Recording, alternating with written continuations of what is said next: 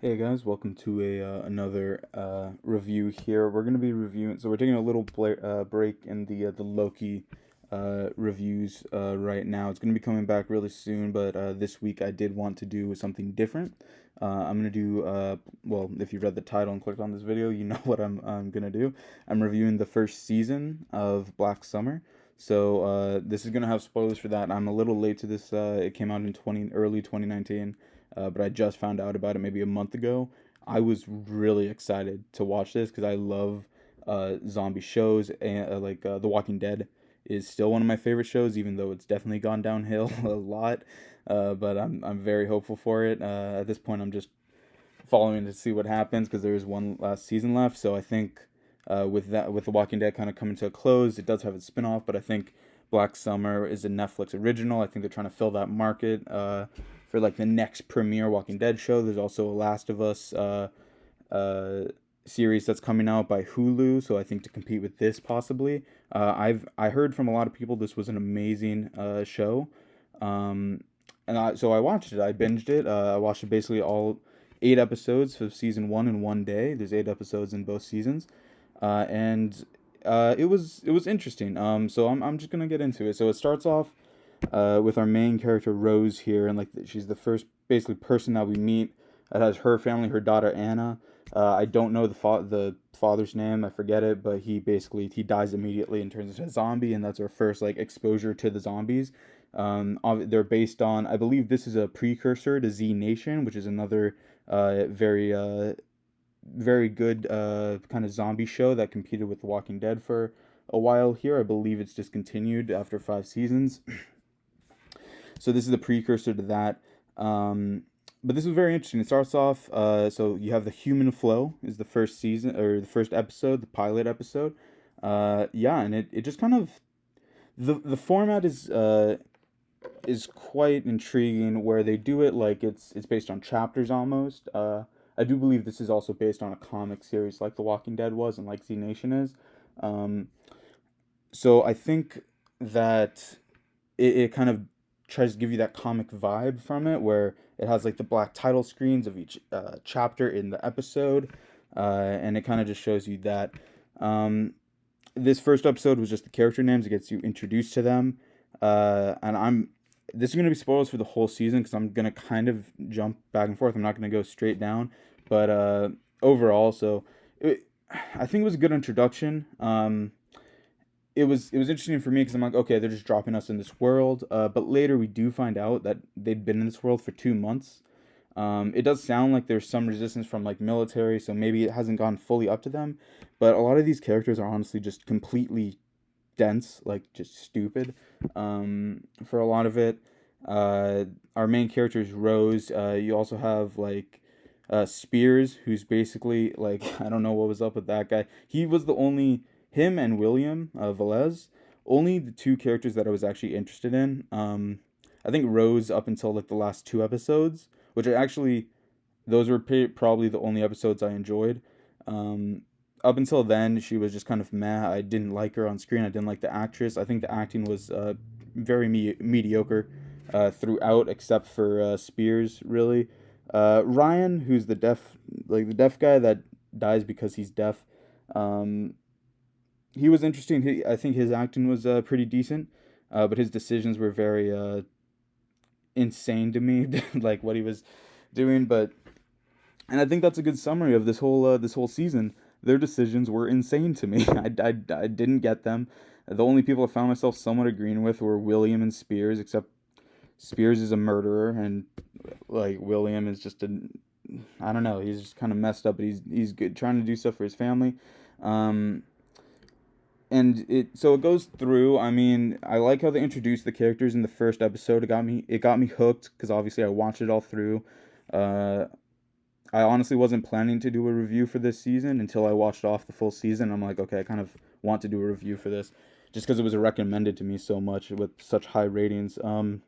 I was very disappointed in it, and maybe it was because I went in with high expectations. But yeah, I was really hoping it could be something that could like fill the place almost of like The Walking Dead, and like obviously I wanted it to be different than The Walking Dead because I don't just want to watch a continuation of The Walking Dead.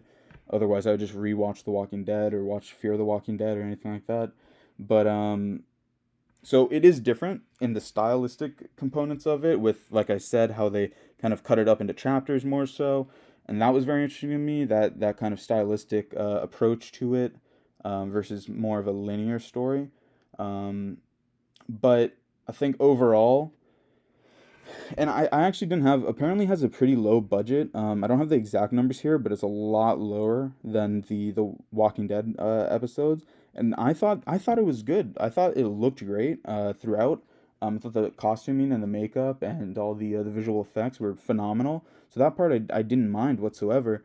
It was just really the plot, and for the middle, from like episode 2, which is Drive.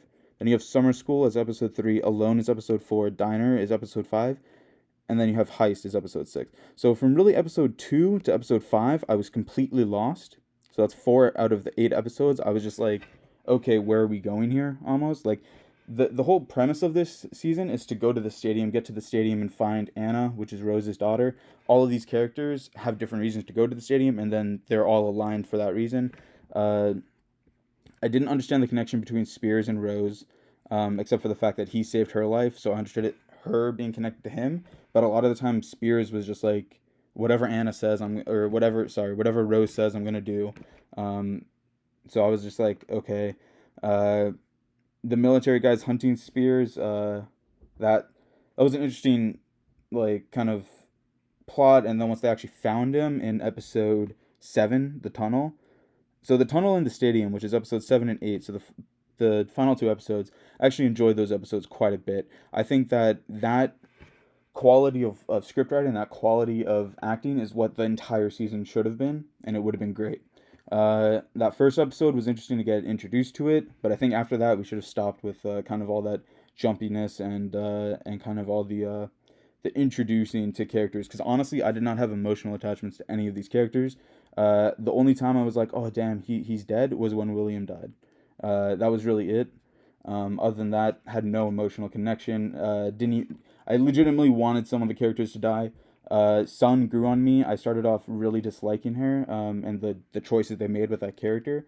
But as it went on, like literally after not even a full episode, I really enjoyed her character, and I was like, she's the only smart one here. When they were in that diner, I'm like, she's the only one that understands anything. I like how she was thinking ahead. And after I read the reason why they only let her speak Korean, I was like, okay, that's a pretty solid reason. It definitely differentiates from some other choices that maybe some different directors would have made. So I think Sun is a very that was a very good choice. I quite liked that. I wish I understood what they were saying. Like I wish there was some sort of like a turn on subtitles or something to see what she's saying. But the reason that they didn't allow that was because they wanted it to. They know that she's Korean inside of America, so it's from an American perspective, and none of the characters know Korean. So she wanted you to, or the directors wanted you to experience what the other characters would be going through. What I will say is in the tunnel when she gives that speech, I read the speech. It's actually a pretty beautiful like poem, um, about like her mother and home and longing for that. But I wish that the characters like somewhat, because obviously they couldn't understand it. They knew she was saying something, and probably something very prophetic, not prophetic, sorry, like poetic and like beautiful, but they acted like they knew what she was saying, which obviously after a week of knowing someone, you're not going to know Korean fluently. So I doubt they knew what she was saying. But yeah, I mean, I what I will say is that I mean, I honestly um you have Drive, which is interesting. I believe, yeah. So you have Drive as the second episode here, which is pretty interesting. They kind of it follows William's son and Barbara, and that's where you're introduced to kind of son and like those guys. And I believe this is the one where Barbara like gets thrown out the window, which I thought they were building her up for something, but I guess not. She was just pointless character. I don't know why they included her. Then you have Summer School, which this one was where I was like, what? Like, it was interesting, but at the same time, I was like, how stupid are all these characters but Spears? What I will say is I really liked Lance. Uh, I don't remember if he actually makes it or not. I literally watched this like 3 days ago, but I don't remember if Lance survives or not. The ones I do know survive are Rose, Spears, and Sun. But I'm not sure if Lance does or not. But he was a character I actually really liked as well. I should have said that in the beginning. I just totally forgot his name because he's kind of forgettable. But I do enjoy his character, how he kind of just finds everything. He's a dumbass, like fully. Like I have no idea what he was doing for a lot of it, but I did find it enjoyable in that there was one episode where it was just him. I'm pretty sure that's episode 4, alone, where it's really just him and surviving. And I was like, how stupid are you? But at the same time, I was like, okay, that's pretty interesting. Like that's cool what they have him doing here. Um, so yeah, then you have the summer school one, which is it's just a bunch of teenagers, I guess, that have found the school. They're surviving in it. You have Rose, Spears, Ryan, and Lance who come to loot it. And then basically this is where Ryan dies unceremoniously. He's just like, no one says that he's deaf. No one says that he can't understand us. So let him like hold him or something. Like they basically just like give a kid a gun. It's like if he moves, shoot him. And obviously he moves because he doesn't hear that, and he sees his friend. So he moves forward and gets shot and dies. The end. And then he immediately pops up and runs and kills him.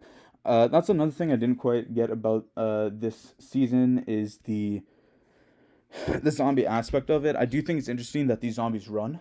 I think that's pretty cool. And how their design is pretty interesting. But I don't quite get.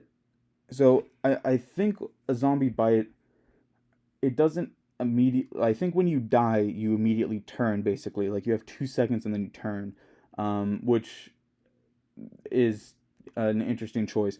But uh, I think what's more interesting is like when you get bit by a zombie. So if you just get bit, it's like The Walking Dead in the sense that you're gonna turn eventually. But with this, it didn't really seem like you were in, like, obviously you're like sweating, you have running fever, something like that. But like if you see in the first episode, it looked like the father had been bit for quite a while almost. So I'm wondering if that just like gives you some infection and then eventually you'll obviously die, or like what's up with that. Because it really seemed the only way people turn are through death, and then obviously if a zombie bites your jugular or something like that in your neck, you're gonna die pretty quick, so that means that you'll turn. But yeah, um, but that's one thing in actually the final episode, episode 8, the stadium. Carmen gets turned. She gets shot as they're. I don't know what they were doing. They're wasting so much ammo and just making so much noise. But Carmen gets shot, and then she turns into a zombie pretty quick. She doesn't even hit the ground. She just turns into a zombie, and there's like 5 minutes of her just running around trying to find a person that hasn't been eaten yet. So that tells me that the zombies aren't looking to eat. They're looking to infect. And that's a pretty interesting difference between The Walking Dead and Black Summer. Because if the zombies in The Walking Dead were fully full, which they'll never be, but if they were, then they would never bite someone because they would never be hungry for them. That's the only reason they actually are attacking people, is to eat, is to feed. That's why they fight. That's why they get animals and stuff like that.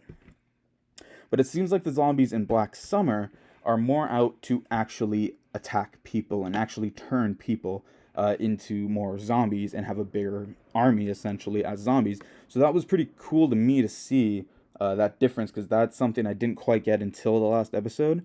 And I think that's a pretty significant change between The Walking Dead and Black Summer. And yeah, I am comparing them because I think it's good to compare these shows.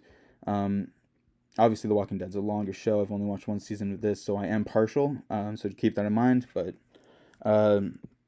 you have Alone, which I thought was pretty cool with Lance. He was, I will say, he was maybe one other character that I was also somewhat attached to. But I think it's because they spent a lot of time developing him, and they also spent a lot of time developing him correctly. Like there's ways that you can develop someone.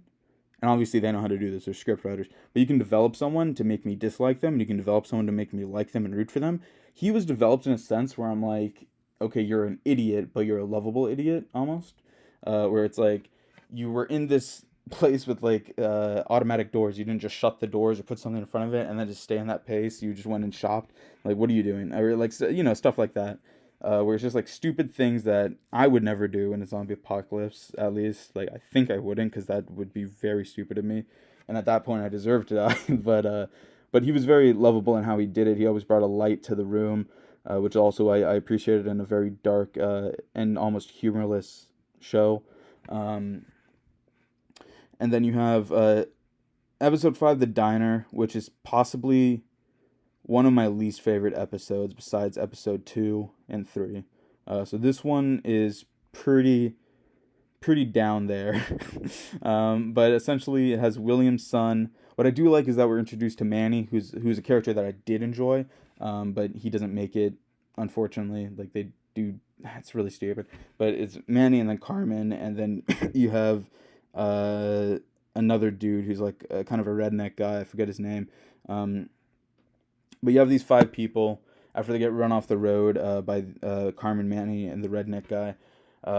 Yeah, you have these 5 people in this, and then you have Barbara and the redneck guy's friend outside, kind of circling and looking how to get in. And they basically decide at the end of it, they're going through all this, and you think they're going to sacrifice Son, which I never thought she was in that much danger, because obviously I don't think they would build William up like that just to have him be like, oh, I'm willing to sacrifice her. And the redneck guy was very manipulative. He was very smart. I did not think until he was in the middle of Manny, Carmen, and William and Son, I didn't think he was going to be sacrificed. I thought they would just like figure out a way to kill these zombies, because I think it's just a shot to the head, which again, at this point, it's been established. It's been 2 months of this, and a lot of these people have said that they were out in the world fending for themselves, but yet they don't know how to kill these things. So I thought that was a very interesting script writing decision, for them not to know to go for the head after all this time. Because I think 2 months, you survived a good chunk of it. Like, there's still obviously a lot out there, especially in this world. You have the military looking out for you for some of it. But I think to survive that long, you would have had to know something at that point. And so yeah, that annoyed me. But that's besides the point. The diner, it was a meh episode. Didn't really like it. What I did like about this episode, not to be too down on it, was the redneck character. I thought they were building him up to be some sort of manipulator and some sort of like Shane from The Walking Dead type thing, where he's kind of like in the group, but he's not the leader, but he's not like the bottom guy. He's not the outcast. He's like just kind of in there enough to make decisions or to help make decisions, manipulatively almost. And so that's what I thought they were building up to me. But to my surprise, which isn't a bad thing, just to my surprise, they ended up killing him, and brutally too. Like that was insane, and threw him out. But then what undercut it was that Rose, and because that by itself, if it ended there and they escaped or whatever, that would have been a fine episode, I guess. It still would have been mad, but it wouldn't have been a downgrade in my opinion.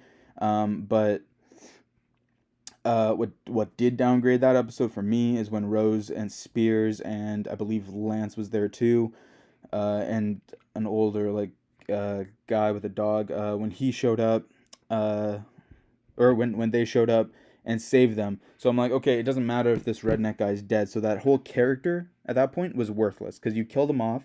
There was no lasting impact on any of the characters, because they don't even reference like them killing or anything like that. And then his death was pointless too. So yeah, that was a pointless character, and that kind of frustrated me a bit about it, because I did somewhat like that character, just what he could have done for the show. He was a horrible guy, but what he could have done for the show would have been interesting. But anyway, that's besides the point. Again, what really confuses me and what really took me out of the show was the change between episode 5 and episode 6. So episode 6 in itself was a decent episode. It was really odd, but it was decent. But they give no lead up to it, which makes me think that this was supposed to be a 9-episode season, and they cut in an episode. Because what ends up happening is at the end of episode 5, you have all of them, for some reason, forming around Rose, who doesn't know anything, and going to then steal weapons from this underground facility that Manny and Carmen know, to then go and try to get to the stadium because they have to go through downtown, which is full of zombies. Um, and so they go to this place and they do a heist. And how it starts though is just them outside this place with military guys looking over them, like from the back, like on an outpost, and it just immediately throws you in it. There's no time to see how they develop the plan, no time to see how they like them as a group, because not all of them know each other. This is the formation of two groups here into the one big group that's going to carry us through the rest of the season for the rest of these 3 episodes.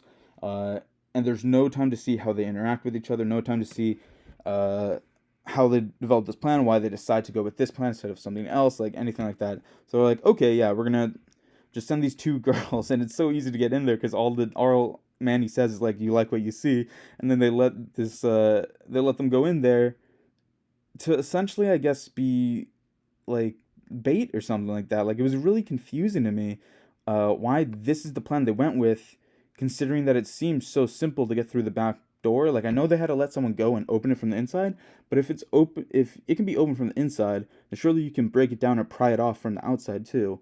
So I was like, this is a very odd thing to me of why they went with this, which put Rose in serious danger of being sexually assaulted, which and I mean they do save. That's another thing. It doesn't sound like they knew Lance was in there, but they do save Lance because he's in the room with Rose and keeps her safe, I guess, long enough. Like she and him keep her safe long enough where it's like then the lights go out, um, which I'm like, okay, this is a good plan. But then when the lights go out, all of a sudden people start dying and zombies attack basically because they turn so quickly. And we find out that at the very last thing, which says not part of the plan, that Carmen kills a guy, which starts the outbreak. Which the only reason Manny actually dies and any of the plan is in danger is because she kills this guy. Because Manny dies because a bunch of people are shooting around and they shoot the vent which Manny and Sun are in, and then Manny gets shot and dies. And so it's just Sun who then almost dies to Manny because they're in a small enclosed space and she's crawling up. Um, but she survives. She's fine, obviously. Spears actually ends up saving her by shooting Manny when he sees the vent.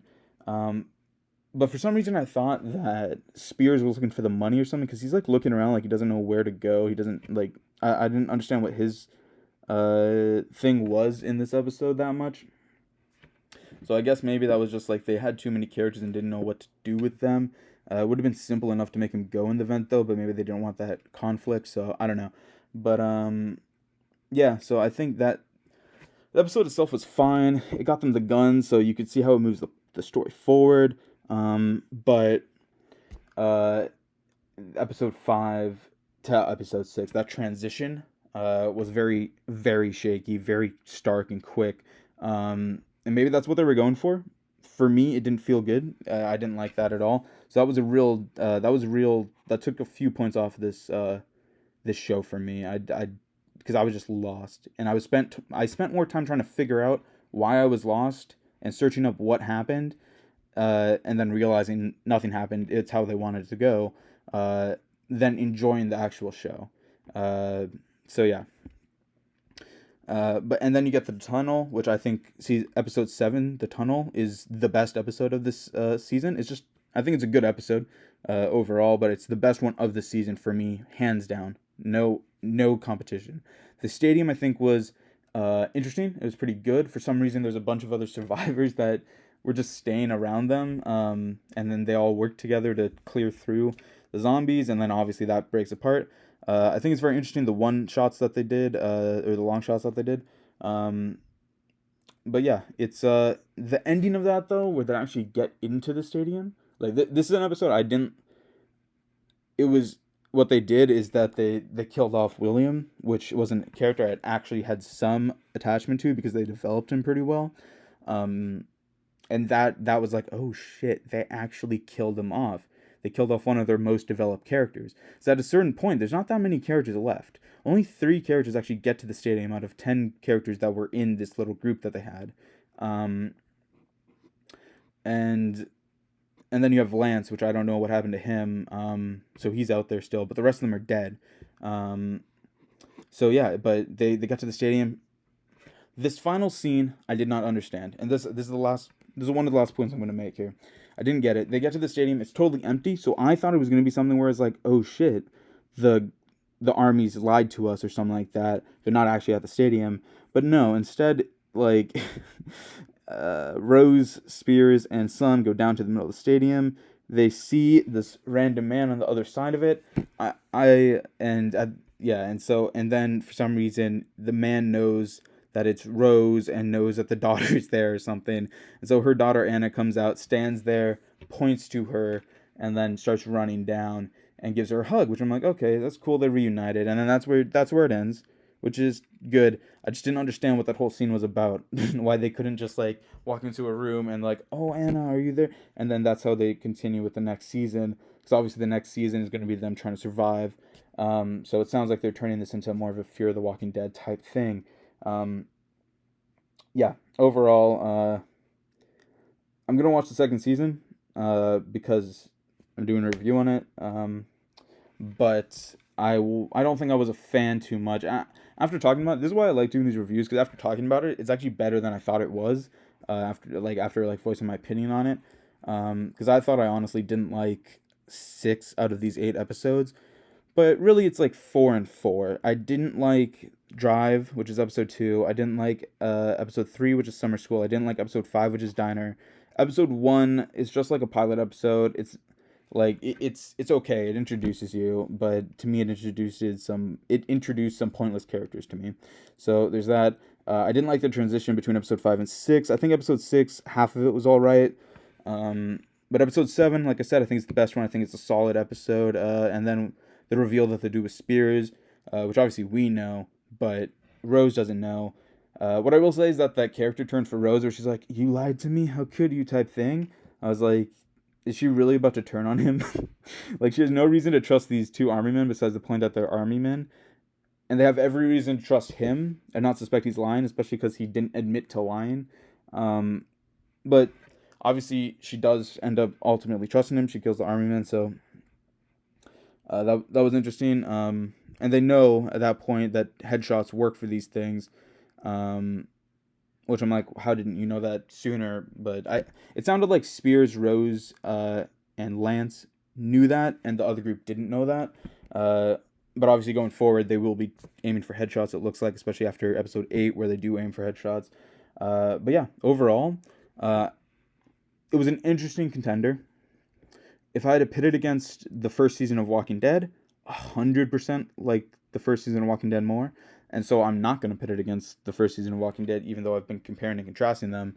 I'm going to put it against the first season of Fear the Walking Dead. I think this one and that one are very similar. Like, not style-wise or anything like that, but just my rankings. I think they're very close together. Fear the Walking Dead has more characters in that first season that I hate, like absolutely hate, that are supposed to be main characters. This, I was indifferent towards a lot of characters. I didn't care whether they lived or died, except for 4 characters. Not even, like maybe 3 characters. I didn't care if the others lived or died whatsoever. And they do a good job in some of it for as low a budget as it had. So I'm definitely gonna watch season 2. Like I said, I'm gonna review it. And it will be interesting to see what they do different in that season, if they keep the format or if they change it up. But yeah, this was my season 1 review of Black Summer. I hope you guys enjoyed. There will be a season 2 review obviously coming out, like I've said, and then we're gonna get back to Loki. We have episodes 5 and 6 left, which it ends. I've seen the ending. Ends. You'll hear my comments in there, but I'm excited to review them. Is all I'll say, because I have thoughts on both of the episodes. So yeah, have a good one, guys.